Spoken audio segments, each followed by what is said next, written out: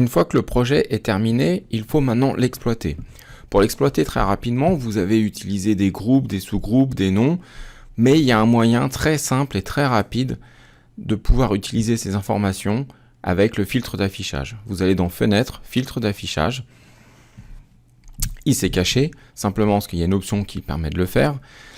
Et vous avez ici différents éléments que je vais vous expliquer. Donc vous avez à gauche une petite barre d'icônes qui vous permet en fait de rafraîchir l'affichage en fonction des options que vous avez mises ici. Donc c'est pour ça que certains éléments ont disparu derrière. Vous pouvez renouveler l'affichage complet, ajouter des colonnes ou enlever des colonnes. Ça, vous n'êtes pas limité dans le nombre de colonnes. La seule chose, c'est que vous n'en avez que 3 maximum. Vous pouvez aussi, avec ce bouton-là, faire en sorte que la fenêtre reste toujours ouverte. Je la coche, je sors. Vous voyez que la fenêtre disparaît. Ici, vous faites apparaître ou pas les attributs sur les pièces. Le zoom automatique quand vous cliquez sur un élément. Donc là, si je l'enlève, l'élément va apparaître globalement dans mon 3D. Si je le coche et que je reclique dessus, voilà, tout simplement, ça zoome automatiquement et je vais d'un élément à l'autre. Voilà, et ensuite, je peux enregistrer automatiquement les choix lorsque l'on quitte cette fenêtre, c'est-à-dire les choix, c'est l'ensemble des colonnes et les titres de colonnes que vous avez ici, et l'ensemble des réglages qui se trouvent aussi à droite. Alors maintenant, on va passer à ces colonnes ici. Donc en fait, le filtre d'affichage vous permet de choisir des attributs et de sélectionner ou d'activer ou de faire afficher des éléments en fonction d'attributs, et vous pouvez les choisir. Vous pouvez dérouler ce menu et vous pouvez choisir le nom, le groupe, le sous-groupe, enfin quasiment tous les attributs, et des attributs qui sont spécifiques aussi aux axes d'assemblage, qu'on retrouve à partir de classe de résistance jusqu'à la fin, et qui vous permettront de les sélectionner très rapidement et de faire un bilan de votre fichier très simplement. Donc ici j'ai choisi de faire groupe, matériaux et encore groupe. J'aurais très bien pu prendre le nom. Voilà.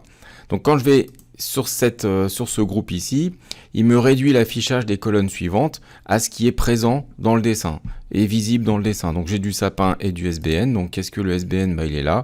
Là j'ai du sapin. Je peux tout afficher en faisant un rafraîchissement. Voilà, je réaffiche tout mon dessin. Oh, pardon, j'ai fait une petite erreur. Voilà, à 10. Voilà, je peux tout faire réapparaître et je vois tous les noms. Donc là, vous avez la possibilité soit de cliquer sur un élément, soit de le sélectionner. Donc là, et si je fais CTRL, j'active et j'affiche les deux. D'accord, donc là, j'ai enlevé les coches. CTRL vous permet d'afficher les deux. Si je veux faire apparaître tous les éléments qui sont avec la lettre A, je prends le premier ici, jusqu'à la lettre A ici. Là, je les ai tous sélectionnés avec le Shift. Et donc, j'ai isolé toutes ces informations-là. Ok, je peux aussi toutes les activer ou toutes les désactiver. Voilà. Ensuite, vous pouvez aussi faire apparaître les éléments en fonction de leur type. C'est-à-dire, est-ce que je veux faire apparaître les nœuds ou pas? Donc là, je refais un petit... On voit tous les nœuds derrière. Si je décoche les nœuds, ils vont disparaître automatiquement du dessin. J'ai des volumes export et des éléments containers dans ce projet. Eh bien, les volumes export, je ne veux pas les voir, je les enlève tout simplement de l'affichage. Je les verrai jamais.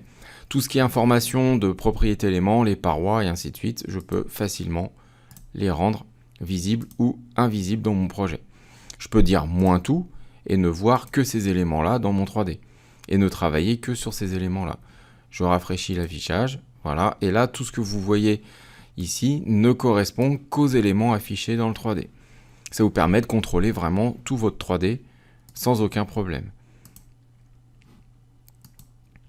Voilà, j'enlève les nœuds et c'est vraiment du live. Ensuite, ce que vous voyez entre parenthèses à chaque ligne, ce sont les quantités. Si je clique sur A01, en fait, il y a 21 éléments qui composent cet élément-là et vous avez la décomposition ici par matériaux, puisque j'ai choisi par matériaux, et par nom. Voilà, j'ai 14 montants. Donc si je les sélectionne, je vois mes 14 montants. Voilà, je peux reprendre ma paroi là, et je reviens en arrière. Voilà, ça vous permet de contrôler très rapidement, en fait, vos dessins, et de voir si vous avez fait une erreur.